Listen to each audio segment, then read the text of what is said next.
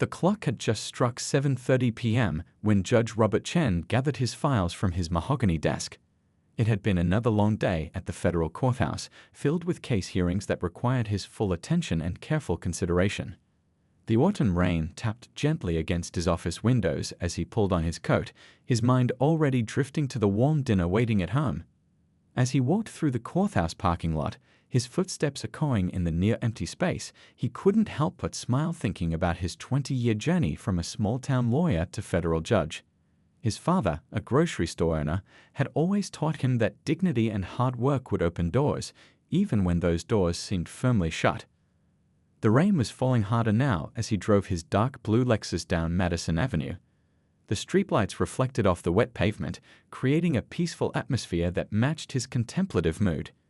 He'd just wrapped up a particularly challenging case, one that would help several families keep their homes in a dispute with a development company.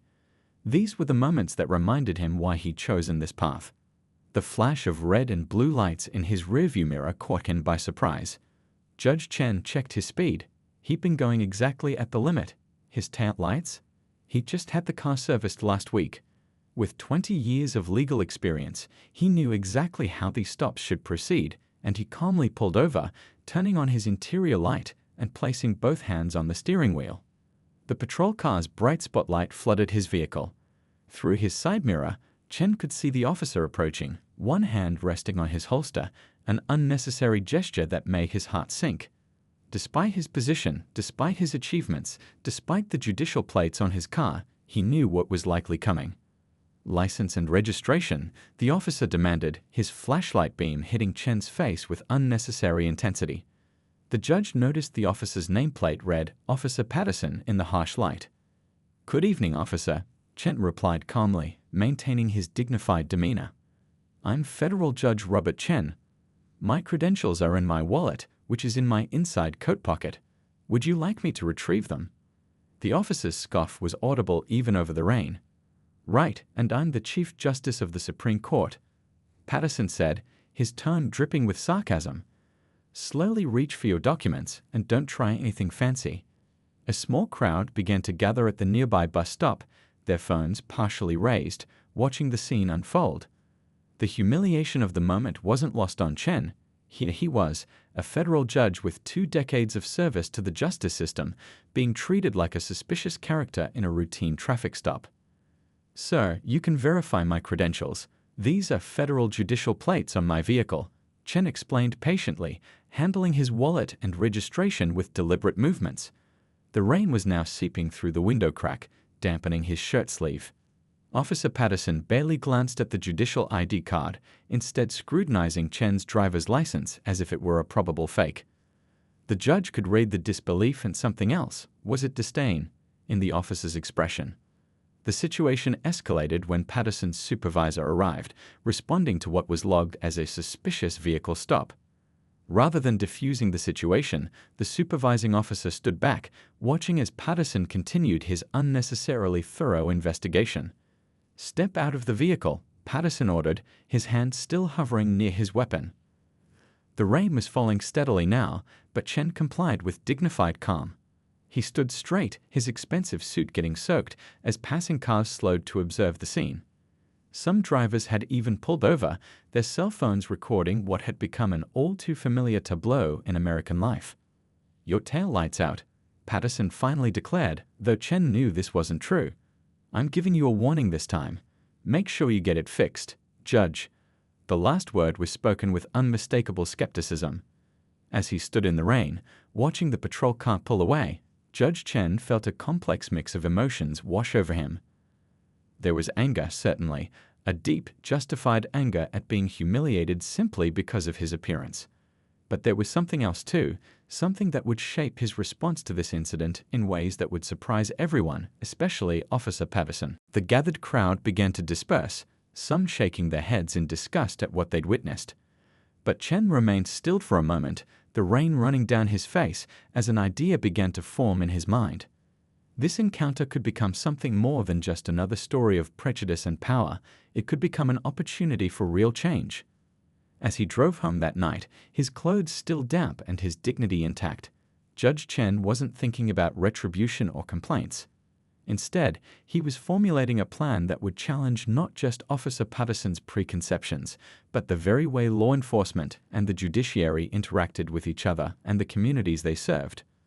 What happened next would not only shock Officer Patterson but would send ripples through the entire justice system of their city. But that transformation would have to wait until tomorrow.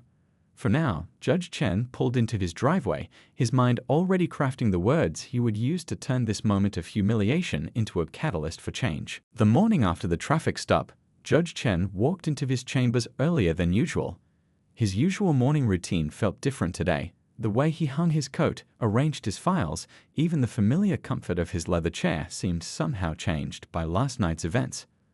The memory of standing in the rain, being treated with such obvious disrespect, was still fresh in his mind. Through his office window, he could see the courthouse steps already busy with the day's activity. Lawyers hurried up and down with briefcases, citizens arrived for their hearings, and court officers maintained their vigilant watch. It was a scene he'd witnessed thousands of times before, but today he saw it through new eyes. His assistant knocked gently on the door, bringing in his morning coffee. "Judge, are you all right? You seem distracted." Her concern was genuine. After working together for 12 years, she could read his moods well. "I had an interesting encounter last night," he replied, his voice steady despite the emotion he still felt. He shared the story of the traffic stop, watching her expression shift from shock to anger. "You should file a complaint immediately," she urged, already reaching for the forms she knew were in his desk. "With your position, you called." "Wait," he held up his hand, the same calm authority he used in his courtroom evident in his voice. "Let me tell you what happened next." The judge described how the situation had escalated. After being forced to step out of his car, he'd stood in the rain while Officer Patterson conducted what he called a routine inspection. The gathering crowd had grown larger, their phones recording everything, as Patterson circled the judge's car with exaggerated slowness. "Your car seems a bit too nice for this neighborhood," Patterson had commented, his implication clear. "And these judicial plates, we've been having problems with fake government credentials lately." The supervising officer, who had arrived on the scene, stood back and watched. His silence and inaction spoke volumes about the department's culture. Some of the onlookers had started calling out, questioning the officer's behavior, but Chen had raised his hand slightly, silently asking them to stay calm. "Pop the trunk," Patterson had ordered, his hand still resting on his weapon despite Chen's perfect compliance and calm demeanor. The judge described how he'd stood there, rain soaking through his expensive suit, watching as the officer rummaged through his trunk. Inside were his gym bag, some legal files, and a box of canned goods he was planning to donate to the local food bank, all of which Patterson scrutinized as if expecting to find something sinister. "And your registration shows this address?" Patterson had questioned, holding up the paper in the rain. "This is a pretty nice neighborhood for—" He'd left the sentence unfinished, but its meaning hung in the air as clearly as if he'd shouted it. Some of the onlookers gasped at the obvious prejudice. One young woman had stepped forward, phone raised, declaring loudly that she was streaming everything live. The supervising officer had finally stepped forward then, but not to correct his subordinate's behavior. Instead, he'd simply suggested they wrap things up. "Give him a warning for the taillight," he'd said, though both officers had to have known there was nothing wrong with the car. As Judge Chen finished recounting the story to his assistant, he noticed her hands were clenched into fists. "How could they?" she whispered. "How dare they treat you like that? You've served on this bench for 20 years. You've probably signed warrants for both of them." The judge stood up and walked to his window again. Below, he could see a police car parked at the courthouse entrance. The sight didn't fill him with anger anymore. Instead, it crystallized something in his mind. "You know what struck me most?" he said, turning back to his assistant. "Throughout the entire incident, I kept thinking about all the people who face this kind of treatment who don't have my advantages, my position, my education, my resources. People who don't have cameras recording their experience or the knowledge to fight back legally." He sat back down at his desk and pulled out a piece of his official letterhead. "That's why I'm not going to file a complaint. I'm going to do something else entirely." His assistant watched, curious, as he began to write. The letter that took shape wasn't an angry demand for disciplinary action or a formal complaint. Instead, it was an invitation, one that would set in motion a chain of events nobody could have predicted. "Are you sure about this?" his assistant asked as she read over the letter he drafted. "After how they treated you?" Judge Chen nodded, his expression serene despite the emotion of the past 24 hours. "Sometimes," he said quietly, "the best response to darkness is to offer light." As he signed the letter with his characteristic flowing signature, he felt a sense of purpose replacing the hurt and anger of the previous night. This humiliating incident wouldn't end with just another complaint filed and forgotten. Instead, it would become the beginning of something much more significant, though neither Officer Patterson nor his supervisor could possibly imagine what that invitation would lead to. The judge sealed the envelope, knowing that its contents would shock not just the officers involved, but eventually the entire department. As his assistant left to have it delivered, he turned to prepare for his first case of the day, already thinking about how he would handle the next phase of his unexpected plan. That evening, Judge Chen sat in his study at home, the desk lamp casting a warm glow as he reviewed his decision. His wife had been outraged when he told her about the traffic stop, suggesting everything from filing a formal complaint to calling their friend at the local news station. But as he explained his alternative plan, her anger had gradually turned to understanding. The night after the incident had been restless. He'd tossed and turned, replaying the events in his mind. The officer's dismissive tone, the unnecessary trunk search, the gathering crowd with their recording phones, it all swirled in his thoughts. But instead of feeding his anger, each recollection strengthened his resolve to handle this differently. Around 3 a.m., unable to sleep, he'd walked down to his study. Family photos lined the walls, his parents at his law school graduation, his own children's milestones, and a particularly meaningful picture of his father standing proudly in front of the small grocery store he'd built from nothing. His father's words came back to him: "When someone shows you their limitations, show them possibilities." Now, 24 hours after the traffic stop, he held the responses to his invitation in his hands. His court clerk had delivered them just before he left the courthouse, 2 separate RSVPs from Officer Patterson and his supervisor, accepting his invitation to spend a day observing his courtroom. The invitation had been simple but powerful. No mentions of the traffic stop, no hints of accusation or reproach. Instead, he'd written about his belief in the importance of understanding between law enforcement and the judiciary, especially in these challenging times. He'd invited them to witness firsthand how justice was administered in his courtroom, followed by lunch in his chambers to discuss their observations. His phone buzzed. A text from his son in college. "Dad, someone posted a video of what happened to you. It's going viral. Are you okay? What are you going to do about those officers?" Chen smiled at his son's protective concern. The video's existence didn't surprise him. He'd noticed at least 5 people recording the incident. He typed back, "I'm fine." Sometimes the best response isn't the obvious one. "Call me tomorrow. I'll explain everything." As he set down his phone, his eyes fell on another family photo, this one of his grandfather, who'd arrived in America with nothing but hope and determination. He remembered the stories his grandfather told about facing discrimination when he first opened his repair shop, how he'd won people over not by fighting back, but by consistently demonstrating his character and expertise. The judge pulled out his notebook and began planning the day he would host the officers.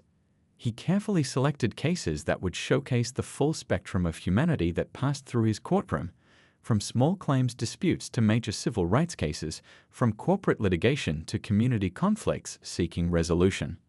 He made notes about key points to discuss during their lunch meeting, not just about that rainy night, but about larger issues facing their community. He wanted to share stories about the people who came through his courtroom, about justice that went beyond mere law enforcement, about the power of seeing people as individuals rather than stereotypes. His wife appeared in the doorway, carrying 2 cups of tea. "Still working on your master plan?" she asked, setting 1 cup beside him. The concern in her voice was mixed with pride. "Just finishing up," he replied, accepting the tea gratefully.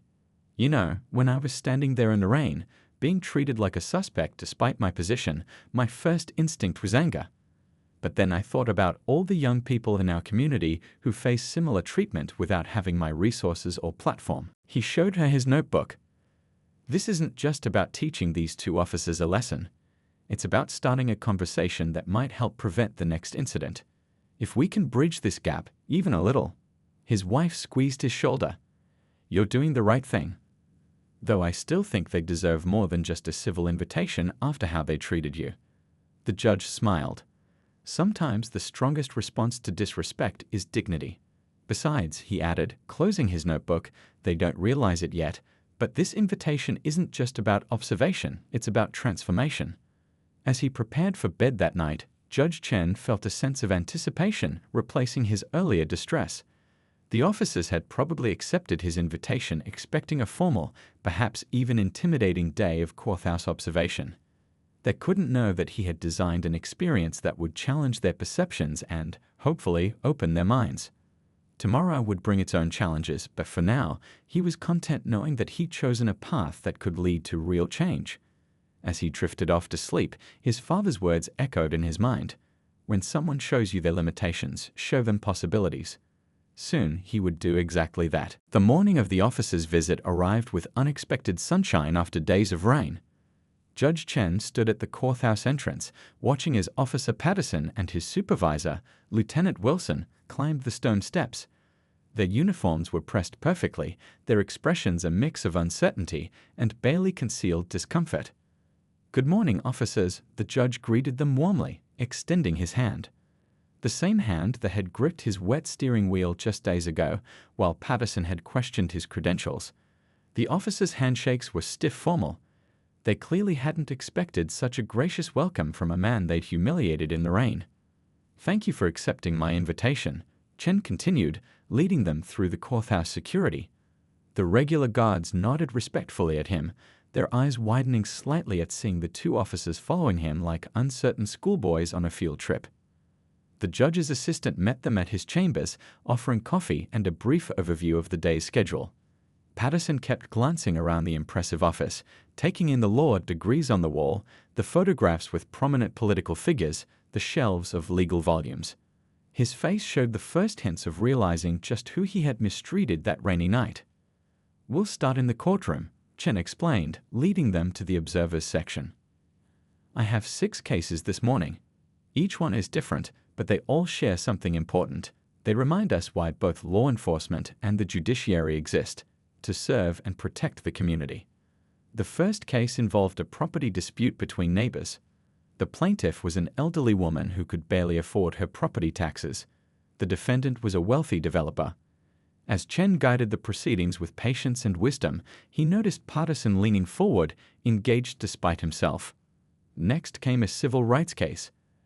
A young man suing a company for discrimination. Chen handled it with the same careful attention he'd given the property dispute. No bias, no prejudice, just a clear focus on facts and justice. He could see Lieutenant Wilson taking notes, his pen moving faster as the morning progressed. During a brief recess, Chen overheard Patterson whispering to his supervisor, "Did you see how he handled that corporate lawyer when he cited that precedent from memory?"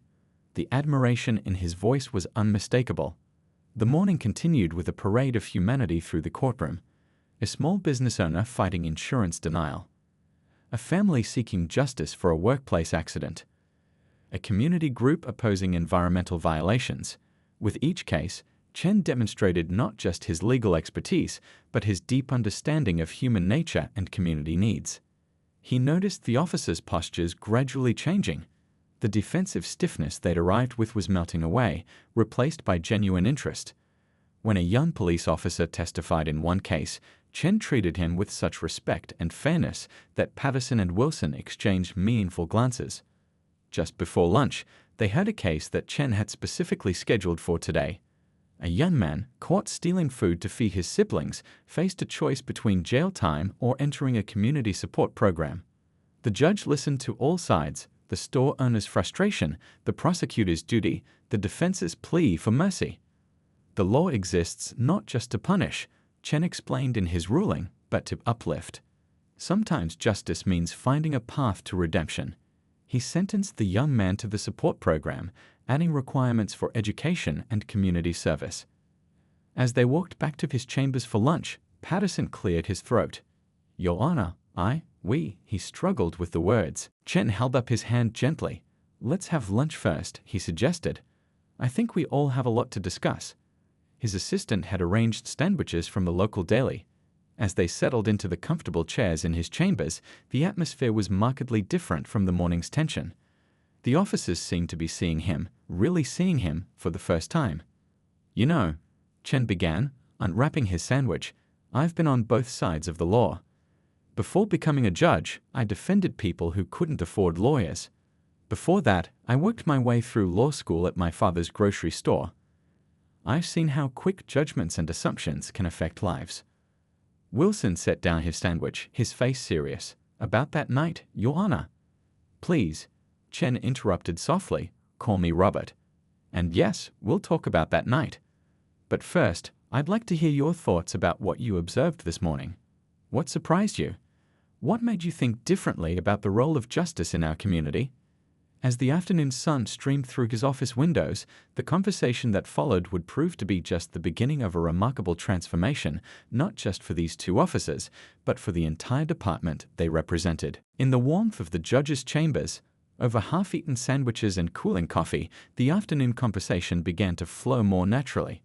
Officer Patterson, who had been fidgeting with his napkin, finally found the courage to speak. Your Honor, Robert, he corrected himself. I need to address what happened that night.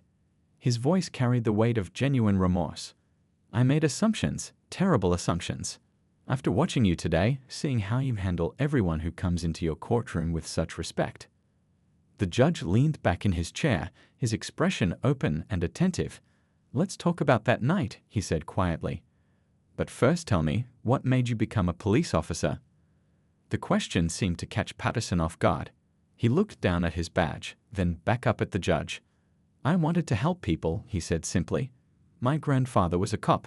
He used to tell me stories about making a difference in the community. That's what I wanted too. Lieutenant Wilson nodded. Most of us join with those intentions, he added. But somewhere along the way, he trailed off, leaving the thought unfinished. Somewhere along the way, Judge Chen picked up thoughtfully, we can all lose sight of the humanity in each person we encounter. Let me tell you about my own journey. He stood up and walked to a framed photo on his wall, a small grocery store with a proud man standing in front. This was my father's store. He worked 16-hour days to send me to law school. One night, someone robbed him at gunpoint. The responding officer could have just taken a report and left. Instead, he spent hours helping my father install better security lights. He checked on the store regularly for months afterward. Patterson and Wilson listened intently as Chen continued. That officer saw my father as a person, not just a case number. That's what I saw in my courtroom today, you both watching, really watching, as people shared their stories. The young man this morning, Patterson said suddenly. The one who stole food for his siblings. A few months ago, I might have just seen a thief. Today, I saw. You saw his whole story, Chen finished. Just like I wish you had seen mine that night in the rain. The silence that followed was heavy with understanding. Lieutenant Wilson cleared his throat. We've been running training programs on bias, but they're just PowerPoint presentations. This was different. Because today wasn't about training, Chen explained. It was about connecting. Every person who walks into my courtroom has a story, just like every person you stop on patrol. The challenge is to see that story, even in tense moments, even when it would be easier not to. He pulled out a folder from his desk.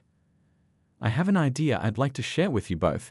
It's something I've been thinking about since that night, a program that could bring together law enforcement and the judiciary in a way that could really make a difference. As he outlined his proposal, both officers leaned forward, their earlier discomfort forgotten. The plan was simple but powerful: regular exchanges between the courthouse and police department, joint community outreach programs, and a mentorship initiative for young people interested in law enforcement or legal careers. This isn't about erasing what happened that night, Chen explained. It's about transforming it into something meaningful, something that could help prevent similar incidents and build stronger connections between law enforcement and the community. Patterson's eyes were bright with emotion. I keep thinking about how many times I might have done what I did to you, making snap judgments, treating people with suspicion instead of respect. The difference is, they didn't have the power to invite me to their workplace and show me the truth about who they are. That's exactly why we need to do this, Chen replied.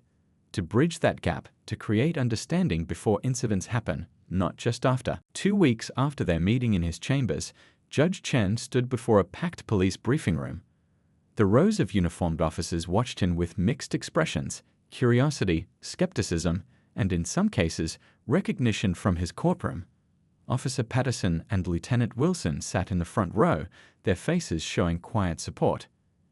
"I'm not here to point fingers or assign blame," Chen began, his voice carrying the same calm authority he used in court.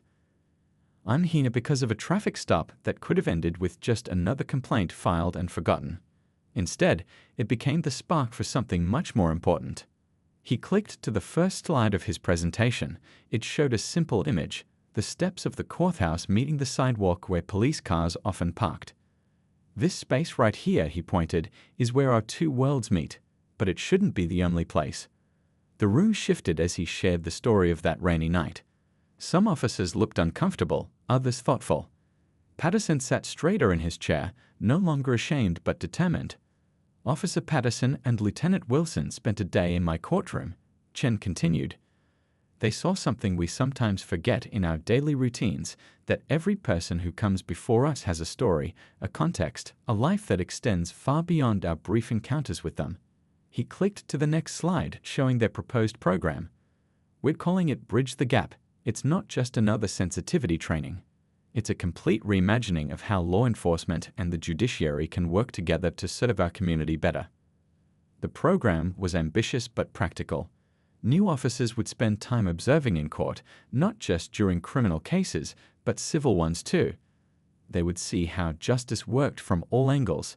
Judges would do ride-alongs with patrol officers, experiencing firsthand the split-second decisions they faced. "But here's the most important part," Chen explained, moving to the community engagement section. "We're creating a joint mentorship program. Young people from our community will get to shadow both officers and court officials. They'll see both sides of the justice system, understanding how they work together." A hand raised in the back. "With all due respect, Your Honor, why should we trust this will make any difference? We've had programs before." Patterson stood up before Chen could respond. 2 weeks ago, I would have asked the same question," he said, facing his fellow officers. "I was that officer who saw suspicion everywhere, who made assumptions based on—" He paused, choosing his words carefully, "based on things that had nothing to do with actual threats or crimes."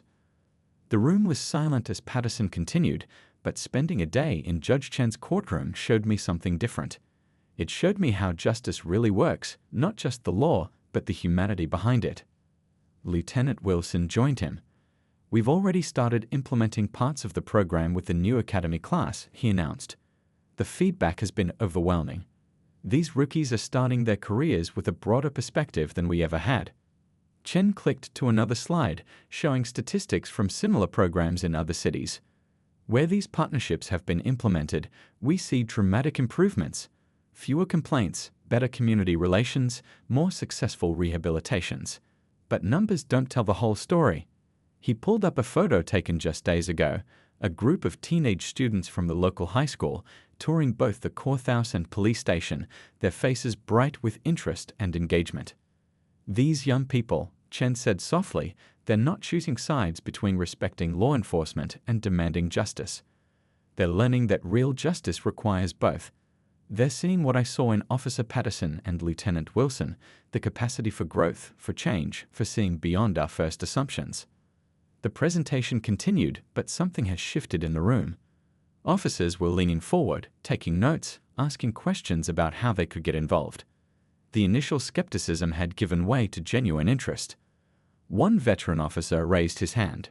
"Your Honor, I've been on the force for 20 years. I've seen programs come and go. But this feels different, because it's not about pointing fingers, it's about building bridges." Chen smiled. "Exactly. And here's what makes this different: it's not mandatory. We're asking for volunteers who genuinely want to be part of the change. Officers who want to mentor young people, who want to understand the bigger picture of justice, who want to make a real difference in our community." By the end of the presentation, a sign-up sheet was circulating through the room. The list of volunteers grew longer than anyone had expected. Even officers who had initially seemed skeptical were adding their names. As Chen gathered his materials, Patterson approached him. "I never thought that traffic stop would lead to this," he said quietly. "I was so wrong that night, but you saw an opportunity where I only saw suspicion."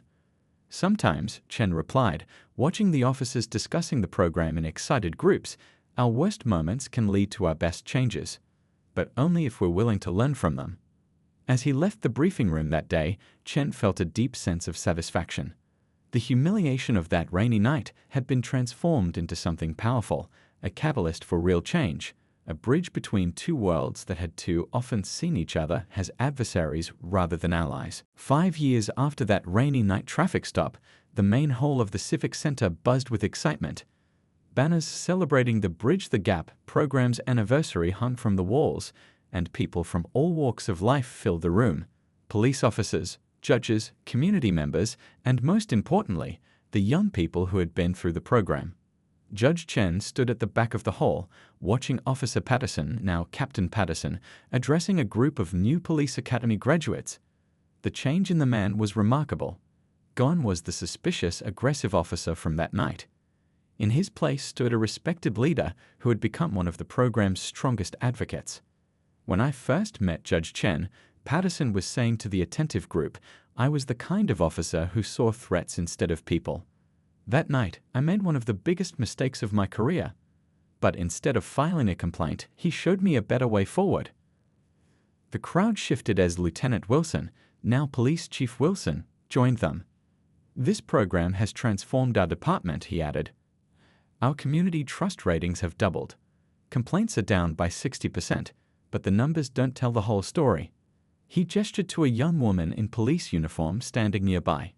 "Officer Taylor here was one of our first mentees. She was a high school student when she joined the program.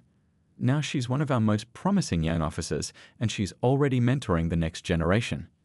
Judge Chen smiled, remembering how the program had grown from that first presentation in the police briefing room.